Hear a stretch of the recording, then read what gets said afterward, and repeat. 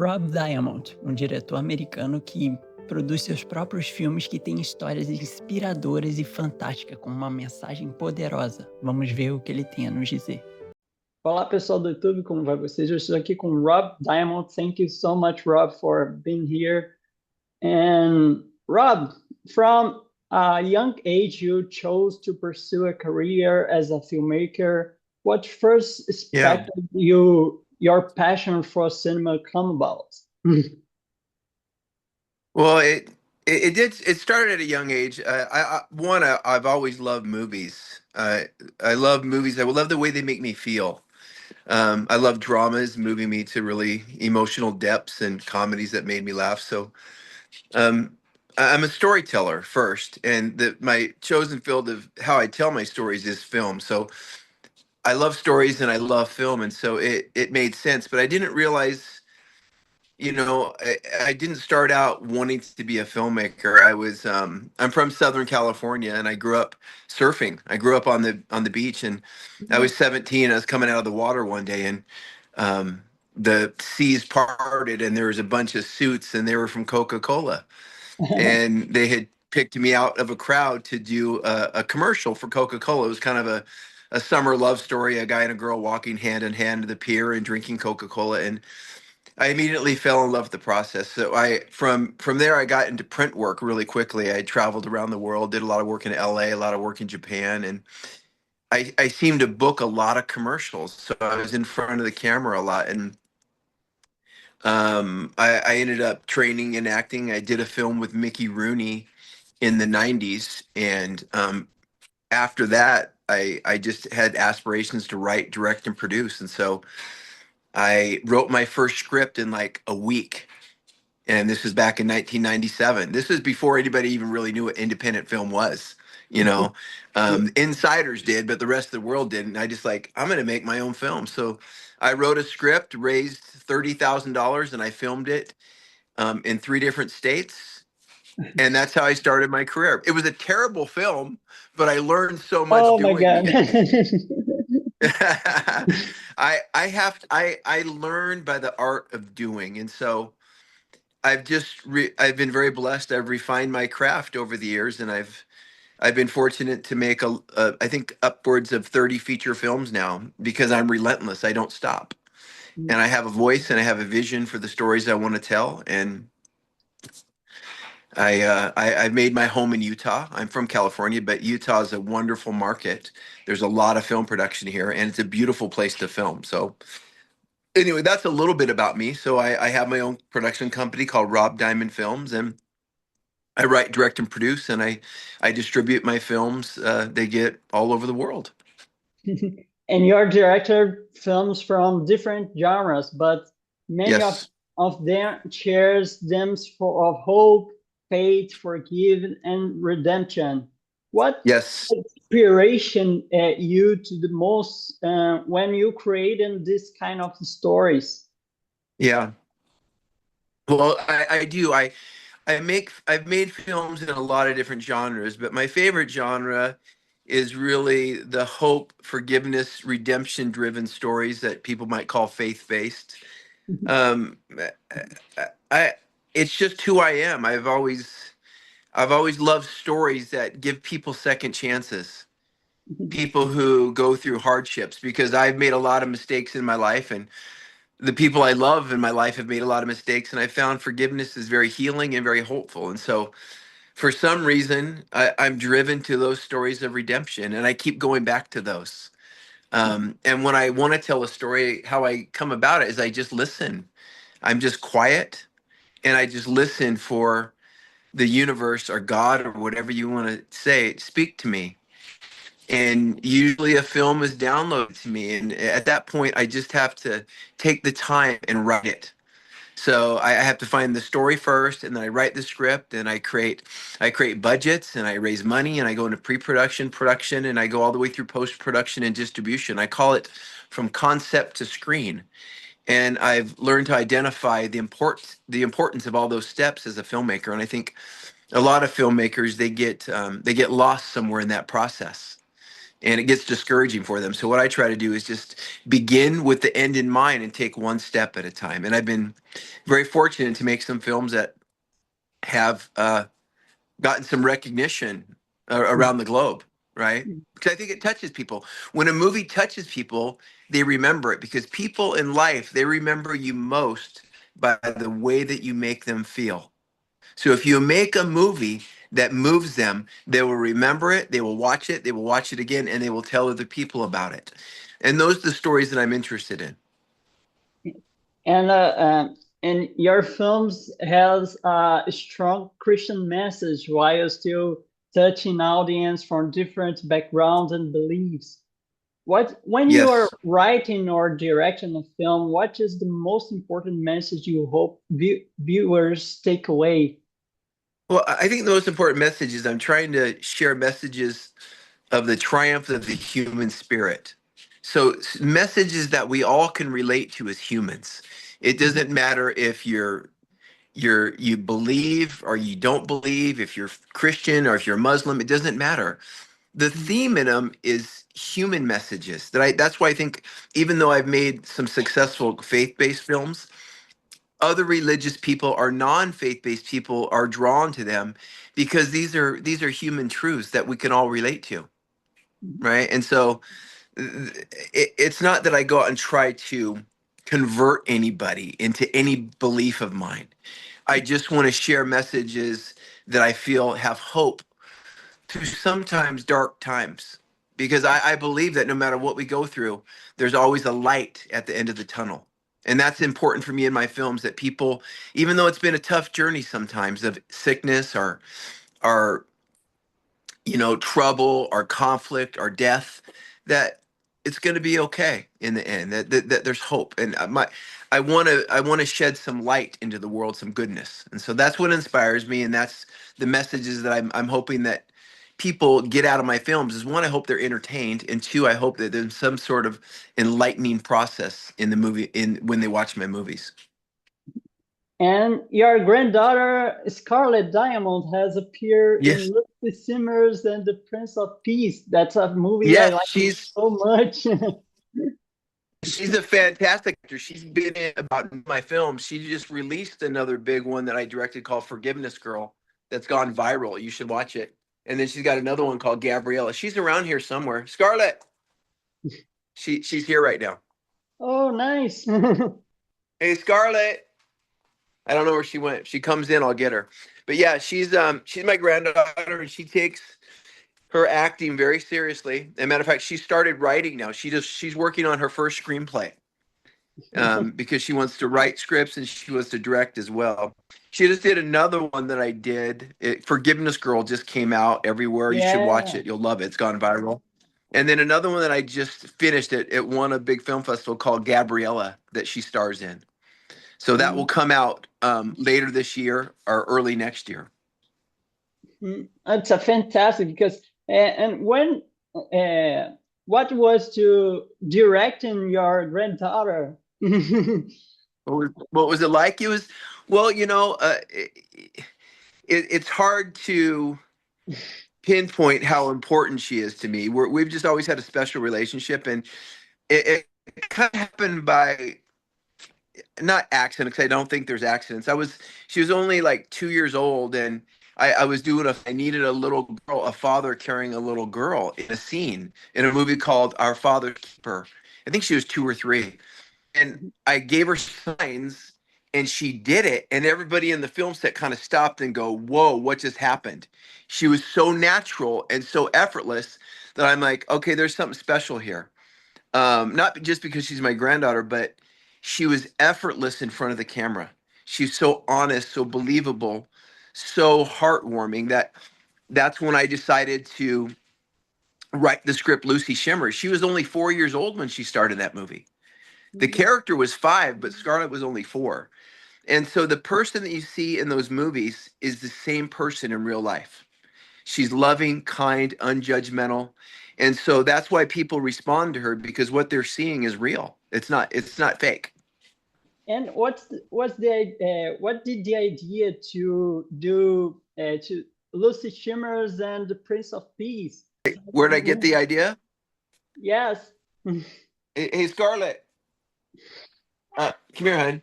This is Scarlett. Say hi. Hello, Hi, Scarlett. Nice to meet you. nice to meet you. What's your name? Kyle. I love your And movies. I'm talking to your grandfather. well, so what inspired that movie? So what happened is I was searching for a story, something that was inspiring and heartfelt. And I'm very cognitive, I'm very thoughtful, I'm very prayerful about when I seek a story. And it was on my birthday on December 18th, that night. I had a dream about the movie. I literally I saw the whole movie in a dream, and the title, I woke up and the title was there in my heart, my mind. I go, boom, I got to write it. And so I felt a sense of urgency. And so that script I wrote in 2 weeks, and I raised the money the following 2 weeks. And within 2 months, I was in production. And I didn't know at the time why I felt such a sense of urgency. But what had happened, we had gone in production in March, and that's when COVID hit. And so the world shut down. We wrapped that movie one day earlier before we were supposed to, and the next day the laws in America and in Utah, you could not be with 20 or more people, or everybody was scared like what's going to happen and get arrested. And we had Yeah. like 25 people on the crew. And so we finished the movie before the world shut down. And I look back now as a great blessing, because if I didn't do that movie that quickly, that movie probably would have never been made. And so we were editing during the time of COVID. And so right around the time we released it, I did that in March. We released that film in late November. It was one of my quickest turnarounds of a film I've ever done. And the rest is history. It's become an international hit.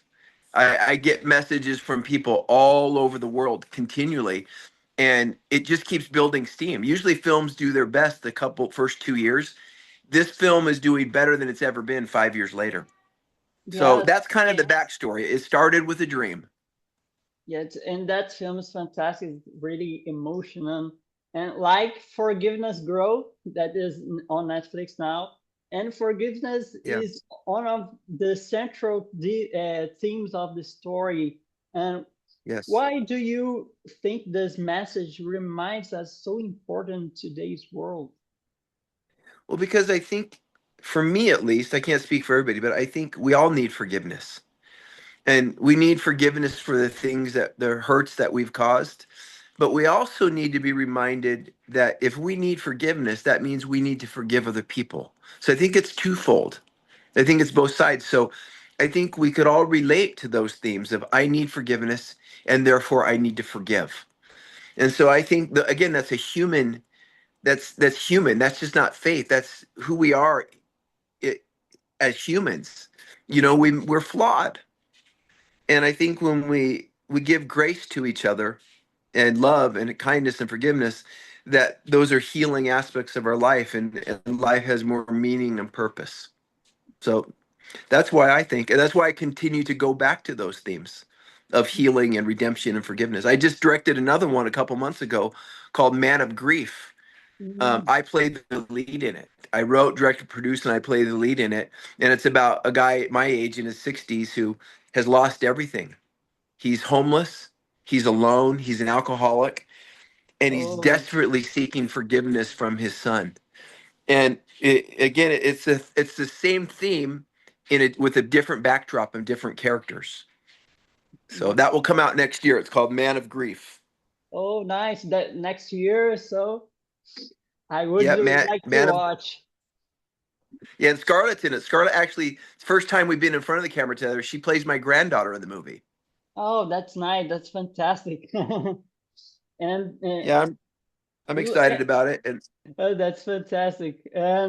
It's nice to work with your granddaughter, because when we work on a family, I think it's more comfortable, right? Right? yeah, she knows me, I know her. But it's something, when you're dealing with family in film or in work, it's got to be something that you both love, because if someone doesn't love it and they feel forced, it doesn't work. So my family's very supportive of me, of my career, but not all of them want to be in front of the camera or do what I do. But the ones that do, my granddaughter, case in point, she just loves it. So I would never want her to do it if she didn't love it. You know, we give her the opportunity to say yes or say no, and she loves it. And her mom, my daughter, actually works on my film sets with me. She does catering and craft services, and she does a great job. She has a company called Lights Camera Catering, and she works more behind the scenes. So it's a blessing. Yeah, it's amazing. And looking back on your entire career, is there one film that best represent who Rob Diamond is as a filmmaker? If so, why? Probably Lucy Shimmers. Yeah. That's probably the film that best represents me. I did another one in 2014 that I really loved that was in theaters nationwide. It's called Wayward, and it's a modern day version of The Prodigal Son, and it was in theaters nationwide, a limited release. And now you can see it on YouTube, a company called Deep Sea Digital, and we're trying to get it in other areas. But yeah, it's called Wayward, The Prodigal Son. That had a pretty special place in my heart too. But I think all the films that I'm allowed to make, I love and I cherish. But some of them have a little bit more of they resonate a little bit deeper with me. And I think like, Lucy Shimmers, this new one, Gabriella, that I did, Forgiveness Girl, Man of Grief, Wayward. Those films that really touch deep emotional chords, those are the ones that I would be most humbly honored to be known for after I pass on. What was I known for? And I hope that people remember me most for those. And And then I can inspire other artists and filmmakers and humans to find their voice and to understand that their voice, your voice as a storyteller and a filmmaker, is very important. And you can't let other people talk you out of sharing the stories that you want to share from your soul, because the world needs it. yeah, And there'll be people that try to talk you out of it. I promise you, they will. And you can't listen. yes, and I'm ever like this film. I'm Christian too, so this film is I love represent. it. Yeah, I love it so much, their films. And finally, what advice would you give to experienced filmmakers and who dream of directing their own films? My advice would be to know that your voice is important, that you don't have to get lost in the world and what the world wants. Find the stories you want to tell, and know that you live in the best time in history to make movies. Um, all the equipment and all the way to stream films and get viewed is at your disposal. Hollywood no longer has control of the movies that are being watched. So there's no excuse not to make your film, and write stories that mean something to you, and create stories that you can tell, that are within your reach. If you can't afford to do the next Spider-Man, then don't do it. Tell a story that you could tell in your own backyard. Use the people that you know, use the houses that you have access to, use the locations. And I think too many people, they want to do this giant blockbuster film first. And I think that's fine if it's down the road, but I think you need to just make your movie and tell stories from your heart, and don't take no for an answer. Don't listen to the negative people. There's an old saying, if there's a will, there's a way. And if you have a will in your heart and soul, you will find your way to make that film. And it's not going to be easy, though. And it's okay. Anything worth achieving in life, for me, has never been easy, but it is always worth it. And I never regret putting the work into it. I'm always grateful for the lessons I learned by climbing those mountains and overcoming those obstacles. I've grown as a human being, as a man, for that, and it's made me better. That's fantastic. Rob, thank you so much for show your work, share your work, and nice to meet you. Nice to meet Scarlett, and I love your film. Yeah. Thank you so much. Bye, Scarlett. It's nice to meet you. I want you. Hey, I want you. It's nice to meet you. I want you to stay in touch with me. Email me, whatever, however you release this. Stay in touch with me. Let me know how I can help you as a storyteller and a filmmaker, inspire you, and who knows, maybe we'll work on a project together. Yeah, that's Come out to Utah. You could be a part of one of my films. Oh my God, that's really fantastic. Yeah, Yeah, I've I'm got a some really good ones coming up. yeah, I'm a little actor. Is it beginning actor? Yeah. It's But okay. I would We like all so start much. somewhere. I would like so much. Thank you so much, Rob. Thank you so much, Scarlett. Yeah. Nice to Say meet goodbye. you.